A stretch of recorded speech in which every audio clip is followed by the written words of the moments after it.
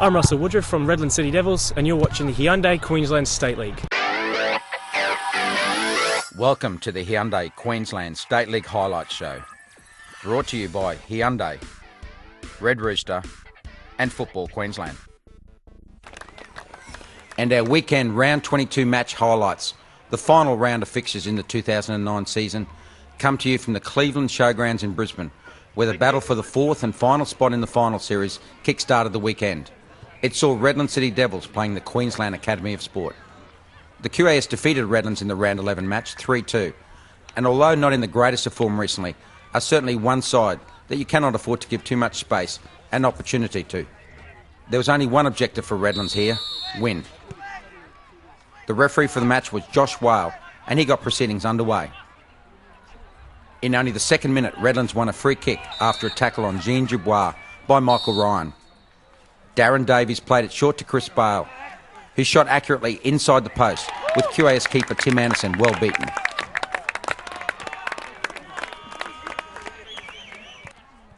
Well worked by Davies and Bale, and a dream start for the Redland side.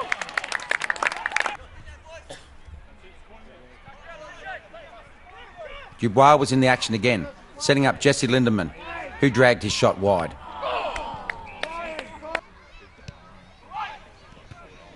QAS seemed shell-shocked, but created their first chance to Bobby Russell, whose shot was easily held by Mitch O'Brien.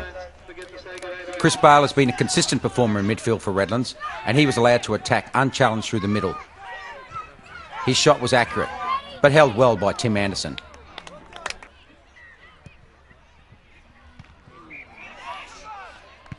A half chance to the QAS saw a quick Redlands break, again orchestrated by Bale.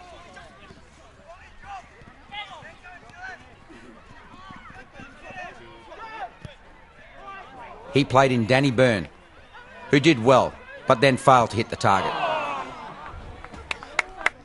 Redlands were completely dominating, and poor defending by the QAS saw Dubois get free, but his shot was straight at Anderson. However, some slick passing between Dylan Goodman and Bobby Russell cut open the Redlands defence, but Goodman shot just wide. In the 34th minute, Danny Byrne combined with Dubois, and his back heel sent Byrne into space. He controlled and calmly slotted a left foot shot past an isolated Anderson to set up a 2-goal lead.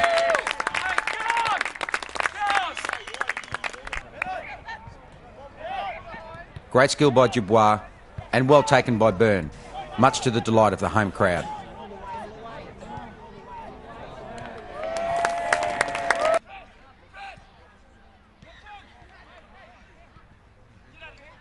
However, only 4 minutes later, Bobby Russell again set up Goodman.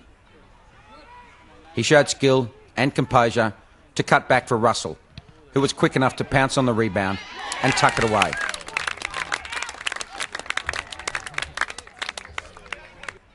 Goodman showing great maturity there, and Russell kept his wits after his first shot was saved by O'Brien, his first goal this season.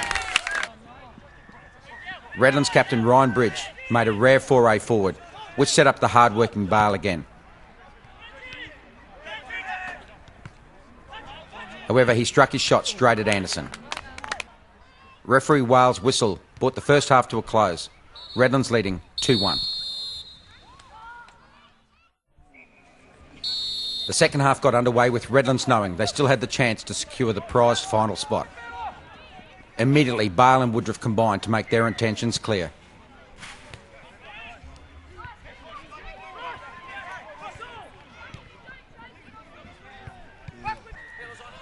A poor crossfield pass was intercepted by Russell, who fed Josh Brillante. His pass caused trouble for the Redlands defence, and Jordan Farina was there on hand to make them pay dearly with a relatively simple finish.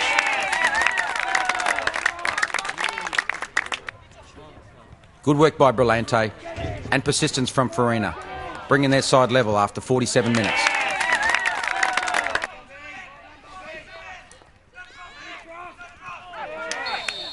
Redlands earned a free kick and the ball floated to the far post, where it was chipped back in by Bale.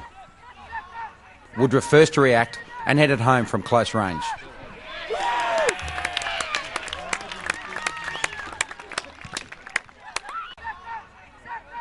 Some rather poor defending there, allowing Woodruff to add to his 20-goal season tally. Dubois then showed his skill, beating 2 defenders, but found Anderson getting a hand onto the shot and onto the post. Lindemann crossed back in, but Anderson was again able to save, this time from Bale's header. A corner from Graham Fife was flicked goalwards by Bale, forcing Corey Brown to use his hands to stop it. No option for the referee but to send the young Australian under-15 player for an early shower. Woodruff stepped up and struck the spot kick hard, but against the outside of the post. Woodruff unable to take advantage of the opportunity to make the game safe. Redland substitute Cardo Aosi then got involved in the match. Firstly, his good run and shot was on target.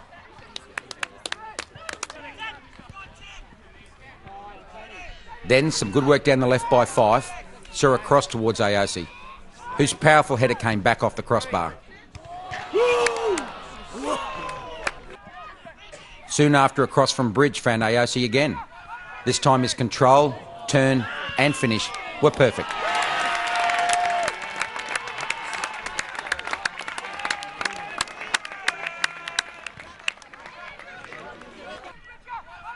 Well-deserved result there for Aosi, whose season was severely disrupted by a rib injury.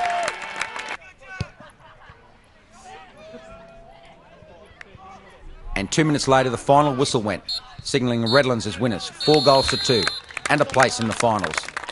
And afterwards, we spoke to both coaches to get their views.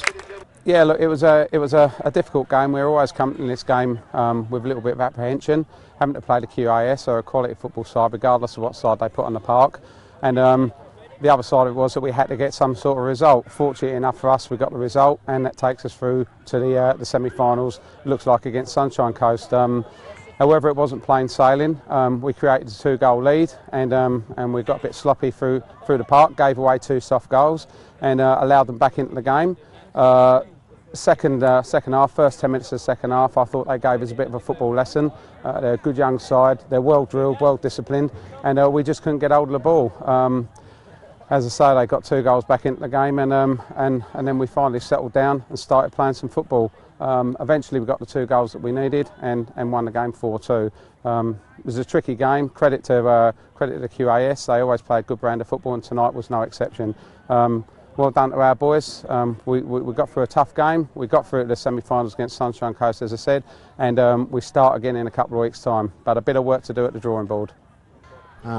Yes, we were a bit disappointing in the first half, but came out in the second half and played quite well. We're very pleased in the way we went about the game. We're a bit very untidy in and around the area, but generally speaking, we're very pleased in our performance in the second half.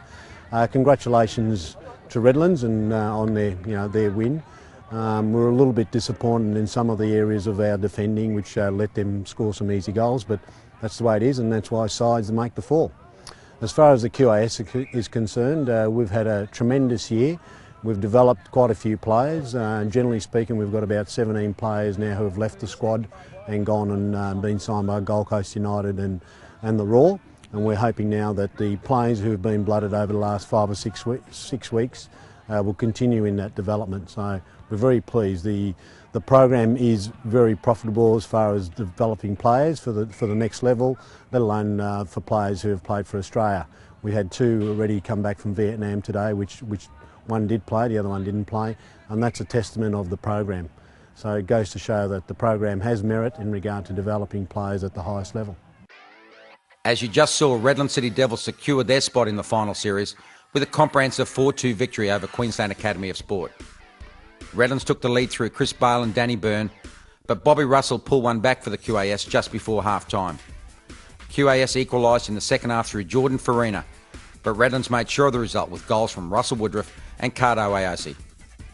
NQ Razorbacks ensured their departing skipper Paul Sapelli went out on a winning note, prevailing 4-1 over Capricorn Cougars. Cougars started well with striker Tristan Fraser netting just 60 seconds in, but Sapelli equalised 20 minutes later. Joshua Searle put the Razorbacks ahead before the break, before a goal from David Mays and a penalty from Paul Sapelli in the second stanza made the final scoreline 4-1. Bundaberg Spirit ended the 2009 season without a win after going down 2-1 to Logan United on Saturday night. After a goalless first half, Logan